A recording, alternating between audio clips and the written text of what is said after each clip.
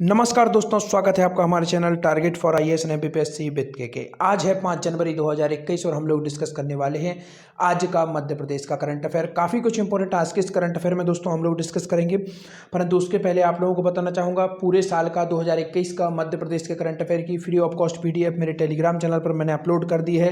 केवल एक पीडीएफ में दोस्तों आपको पूरे मध्य प्रदेश का करंट अफेयर मिल जाएगा।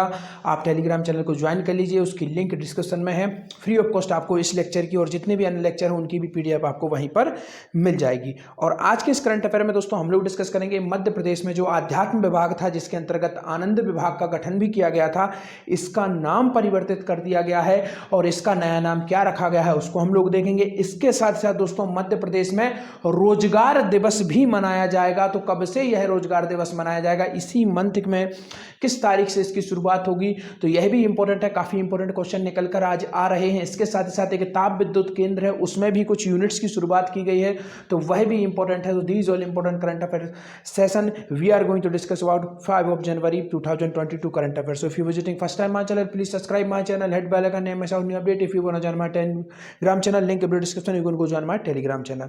चलिए शुरू करते हैं हमारा आज का करंट अफेयर का सेशन। हमारा पहला क्वेश्चन है, मध्य प्रदेश में रोजगार दिवस कब से मनाया जाएगा। ऑप्शन नंबर 1 है 1 जनवरी से, 12 जनवरी से, 13 जनवरी से या फिर 20 जनवरी से। इसका राइट आंसर क्या होने वाला है दोस्तों, 12 जनवरी। जी हाँ, स्वामी विवेकानंद जी का जन्म दिवस इसी दिन मनाया जाता है और 12 जनवरी को मनाया जाएगा रोजगार दिवस। पहली बार इसको मनाया जा रहा है। This is very very important, that is why we should remember that. इसको हमें याद रखना है, तो यह काफी अधिक इंपॉर्टेंट है। पुलिस स्मृति दिवस कब मनाया जाता है, 21 अक्टूबर को मनाया जाता है। मध्य प्रदेश में भी इसे सेलिब्रेट किया जाता है, जरूर याद रखिए, काफी अधिक इंपॉर्टेंट हो जाता है। इसके साथ ही साथ दोस्तों अब हम लोग आगे बढ़ते हैं, देखते हैं क्या है पूरी न्यूज। स्वामी विवेकानंद जयंती पर 12 जनवरी को प्रदेश में रोजगार दिवस मनाया जाएगा, मुख्यमंत्री शिवराज सिंह चौहान ने यह कहा, तो यह काफी अधिक इंपॉर्टेंट हो जाता है। इसके बाद देखते हैं अध्यात्म विभाग का नाम परिवर्तित करके क्या रखा गया है। काफी अधिक इंपॉर्टेंट यह क्वेश्चन है, क्योंकि अध्यात्म विभाग और उसके अंतर्गत आनंद विभाग की स्थापना करने वाला Madhya Pradesh was the first state in India. तो मध्य प्रदेश पहला स्टेट था स्पेशली इन इंडिया लेवल पर, तो इसको हमें याद रखना है। और अध्यात्म विभाग का नाम परिवर्तित कर दिया गया है, तो this is very very important. अब इसका नाम क्या होगा। इसी तरीके से पहले एक और विभाग का नाम परिवर्तित कर दिया गया था, जनजातीय कार्य विभाग का नाम बदलकर क्या कर दिया गया था, जनजातीय विभाग कर दिया गया था, तो इसको भी याद रखिए। इसी तरीके से इसका भी नाम परिवर्तित कर दिया गया है, तो अब इसका नाम क्या होगा। आपका ऑप्शन नंबर 1 है शांति विभाग, धार्मिक न्यास एवं धर्मस्व विभाग, ज्ञान एवं आध्यात्म विभाग या फिर आध्यात्म एवं योग विभाग। इसका राइट आंसर है आपका ऑप्शन नंबर 2 दोस्तों, धार्मिक न्यास एवं धर्मस्व विभाग। याद रखिए, this is very very important. आध्यात्म विभाग का नाम परिवर्तित करके क्या रख दिया गया है, धार्मिक न्यास एवं धर्मस्व विभाग। काफी अधिक इंपॉर्टेंट है, क्या रखा गया है, धार्मिक न्यास एवं धर्मस्व विभाग। याद रखिए, this is very very important. इसके साथ ही साथ कुछ और अभी नाम परिवर्तित किए गए थे, तो इनको भी आपको याद रखना है। जैसे कि आपको मालूम होना चाहिए दोस्तों, रानी कमलापति रेलवे स्टेशन नाम रखा गया है। किसका रखा गया है, आप सभी को मालूम है, आप लोग जरूर इसका आंसर देंगे। रानी कमलापति के नाम पर ही एक मेले की भी शुरुआत की गई थी। कहां पर की गई थी, भोपाल में ही की गई थी, और भोपाल का ही रेलवे स्टेशन है जिसका नाम परिवर्तित करके रानी कमलापति रखा गया है। गौड़ वंश की यह राजशासिका थी और भोपाल पर यह शासन करती थी, तो इसको भी आपको याद रखना है, काफी अधिक इंपॉर्टेंट है। इनके बाद ही नवाबों का शासन आता है भोपाल में, तो यह इंपॉर्टेंट है, इसको याद रखिएगा दोस्तों। इसके साथ ही साथ कुछ और अन्य रेलवे स्टेशन थे, उनके भी नाम बदले गए थे, जो कि मैंने आपको समय समय पर बताता रहता हूं। जो कि पाताल पानी एक जगह थी, इंदौर के पास थी, उसका भी नाम परिवर्तित किया गया। उसका नया नाम क्या रखा गया है, आप लोग जरूर बताएंगे, काफी अधिक इंपॉर्टेंट है, तो यह इंपॉर्टेंट हो जाता है। एक पाताल पानी है, वह कहां पर है, इंदौर में है, जो कि नाम परिवर्तित किया गया था।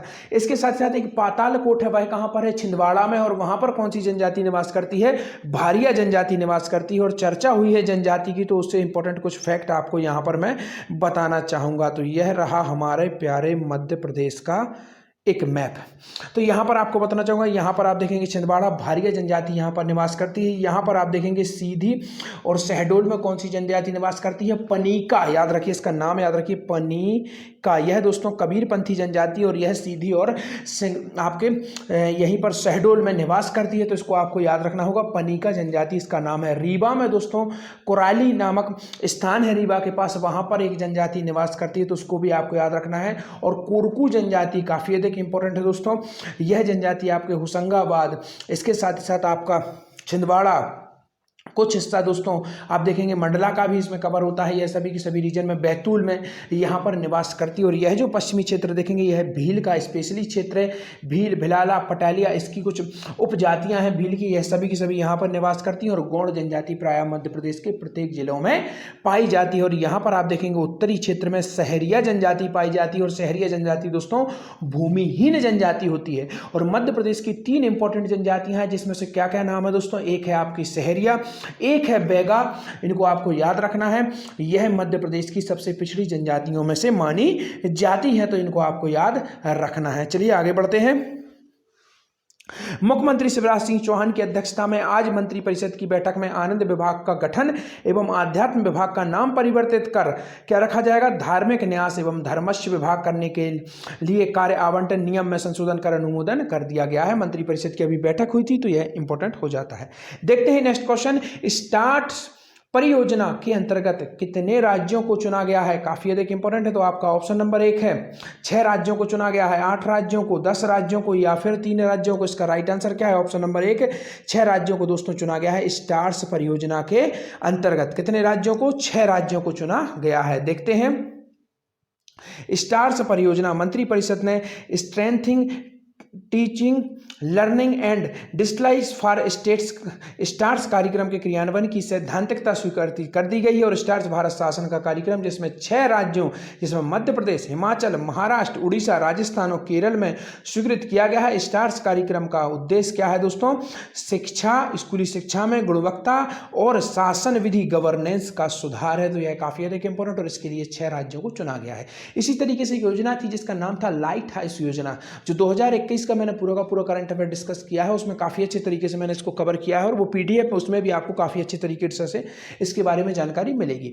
लाइट हाउस के लिए दोस्तों पूरे राज्य से पूरे देश से 4 राज्यों को, 4 शहरों को चुना गया था, जिसमें से हमारा इंदौर भी एक था। प्रधानमंत्री आवास योजना के अंतर्गत सस्टेनेबल डेवलप के अंतर्गत इस तरीके के हाउस डेवलप किए जाएंगे और लाइट हाउस उसको नाम दिया गया था। किस शहर को चुना गया था? इंदौर को चुना गया था। तो याद रखिए यह काफ़ी अधिक इंपॉर्टेंट हो जाता है। अब आगे बढ़ते हैं, देखते हैं नेक्स्ट क्वेश्चन। 4665 करोड़ की किस ताप विद्युत विस्तार इकाई के लिए सहमति हुई है? काफी अधिक इंपॉर्टेंट है ताप विद्युत परियोजना, क्योंकि अभी भी आप देखेंगे लगभग हमारे देश की 75% ऊर्जा की जरूरत है ताप विद्युत अर्थात थर्मल पावर के माध्यम से ही पूरी होती है। देखते हैं अमरकंटक ताप विद्युत केंद्र के लिए, विंध्याचल ताप विद्युत केंद्र के लिए, सतपुड़ा ताप विद्युत केंद्र के लिए या फिर इनमें से कोई नहीं। इसका राइट आंसर है अमरकंटक ताप विद्युत केंद्र के लिए। टोटल उत्पादन क्षमता कितनी थी दोस्तों इसकी? जब स्टेब्लिश हुआ था 210 मेगावाट इसकी उत्पादन क्षमता थी। चचाई जल से दोस्तों इसे पानी की प्राप्ति होती है। तो याद रखिए दोस्तों काफी अधिक इंपॉर्टेंट है। अमरकंटक ताप विद्युत केंद्र है तो इसको आपको याद रखना ही है। अनूपपुर में है, इसको याद रखिए। अब देखते हैं विंध्याचल ताप विद्युत केंद्र मध्य प्रदेश का सबसे बड़ा ताप विद्युत केंद्र है। लगभग 4000 मेगावाट उत्पादन इसकी क्षमता है। ऊर्जा राजधानी आप सिंगरौली को जानते ही हैं, वहां पर इसे स्टैब्लिश किया गया था। और इसके साथ साथ आप लोग याद रखिए जो अमरकंटक ताप विद्युत केंद्र है इसे 1965 में स्टैब्लिश किया गया था। याद रखिए कहीं पर भी डिस्टर्बेंस नहीं होना है। आप अमरकंटक ताप विद्युत केंद्र की ही ऑफिशियल वेबसाइट पर जाएंगे, वहां पर आपको सही डाटा मिलेगा और वह 1965 ही है। तो आपको कंफ्यूजन नहीं होना अगर किसी बुक में कुछ और मिलता है। काफी सारी बुक्स में अलग अलग दिया गया है तो उसमें आपको कंफ्यूजन नहीं होना है। विंध्याचल ताप विद्युत केंद्र काफी अधिक इंपॉर्टेंट, 1987 में इसको स्टैब्लिश किया गया था। रूस की मदद से दोस्तों यह स्टैब्लिश हुआ था और यह सबसे बड़ा आपका मध्य प्रदेश का जो ताप विद्युत केंद्र है। और केंद्र शासित राज्य दमन एवं दीव तक को इसकी विद्युत सप्लाई की जाती है और 5 राज्यों को इसकी विद्युत जाती है। इसके साथ साथ एक रीवा सौर परियोजना है, वह सौर परियोजना है, ताप विद्युत केंद्र नहीं है। 750 मेगावाट उसकी उत्पादन क्षमता और उसकी विद्युत किसको जाती है? दिल्ली मेट्रो को जाती है। तो उसको भी आपको याद रखना है। These all very very important. Satpura दोस्तों यह 1967 में इसे स्टैब्लिश किया गया था। बैतूल में यह है और राजस्थान और मध्य प्रदेश दोनों को इसकी विद्युत सप्लाई होती है और इसके साथ ही साथ यूएसए की मदद से इसे स्टैब्लिश किया गया था। तो यह थे कुछ इंपॉर्टेंट ताप विद्युत केंद्र जिसके बारे में मैंने आपको यहां पर बताने की कोशिश की है। आगे बढ़ते हैं। 4665 करोड़ की ताप विद्युत विस्तार इकाई के लिए सहमति मंत्रिपरिषद ने Madhya Pradesh power generating company में अमरकंटक ताप विद्युत गृह चचाई में 1 गुणा 660 मेगावाट क्षमता की सुपर क्रिटिकल तकनीक आधारित ताप विद्युत विस्तार इकाई जिसका क्रियान्वयन Madhya Pradesh power generating company limited एवं कोल इंडिया लिमिटेड की सहायक कंपनी SECL के मध्य गठित संयुक्त उपक्रम द्वारा किया जाना प्रस्तावित है। इसके लिए नीतिगत सैद्धांतिक स्वीकृति कर दी गई है और प्रस्तावित परियोजना की अनुमति लागत कितनी है, जो कि शुरुआत में ही मैंने आप लोगों को बताया है, के लिए राज्य शासन द्वारा 15% अंश पूंजी के माध्यम से दी जाएगी। तो राज्य शासन को 15% अंश पूंजी के रूप में इसे प्राप्त किया जाएगा। तो यह काफी अधिक इंपॉर्टेंट है। देखते हैं मध्य प्रदेश की पहली सोलर सिटी किसे बनाया जाएगा। दोस्तों सोलर सिटी के बारे में मैं पहले बता चुका हूं, परंतु आज इसलिए यहां पर दोबारा से मैं डिस्कस कर लेता हूं क्योंकि ऐसे इशू जो बार बार आते हैं न्यूज में, this is very very important और इस तरीके के जो इशूज है उन्हें हमें गहराई से देखना होगा क्योंकि इनसे क्वेश्चन बनने के सबसे अधिक चांसेस होते हैं। तो मध्य प्रदेश की पहली सोलर सिटी किसे बनाया जाएगा। आपका ऑप्शन नंबर 1 है भोपाल, सांची, इंदौर या फिर जबलपुर। इसका राइट आंसर क्या है, सांची। जी हाँ, सांची में दोस्तों जो स्तूपा हैं वह प्राप्त हुए थे, तो इसको आपको याद रखना है और सांची को ही पहली सोलर सिटी बनाया जाएगा। यहाँ पर दोस्तों जॉन टेलर द्वारा ढूंढे गए थे और यहीं पर जॉन मार्शल द्वारा संग्रहालय का भी निर्माण किया गया था। अशोक के यहाँ पर मिले थे। इसका प्राचीन नाम काकनाद बेट था, इसको भी याद रखिए, काकनाद बेट था, तो इसको काफी अधिक इंपॉर्टेंट है काकनाद बेट। और यह आपका सीधा सीधा मौर्यकालीन है और बौद्ध धर्म से यह संबंधित स्तूप यहाँ पर मिले थे। तो चलिए अब आगे बढ़ते हैं, देखते हैं सांची को पहला सोलर सिटी बनाने के काम में लाए तेजी। मुख्यमंत्री शिवराज सिंह चौहान और ओंकारेश्वर में फ्लोटिंग सोलर प्लांट लगभग 600 मेगावाट के ऊपर की यह परियोजना है दोस्तों और यह एशिया की सबसे बड़ी फ्लोटिंग अर्थात तैरते हुए सोलर प्रोजेक्ट है। काफी अधिक इंपॉर्टेंट, इसको याद रखिए क्योंकि नेक्स्ट क्वेश्चन इससे जरूर से जरूर बनेगा क्योंकि रीवा परियोजना से क्वेश्चन पूछ लिया गया है MPPSC में। अब नेक्स्ट क्वेश्चन याद रखिए यहीं से बनने के चांसेस हैं। ऊर्जा साक्षरता के लिए प्रोत्साहन आधारित रणनीति लागू की जाए। आज के आपके क्वेश्चन है भामाशाह योजना किससे संबंधित है। सेकंड क्वेश्चन है नेताजी सुभाष चंद्र बोस को मध्य प्रदेश की किस जेल में बंदी बनाया गया था।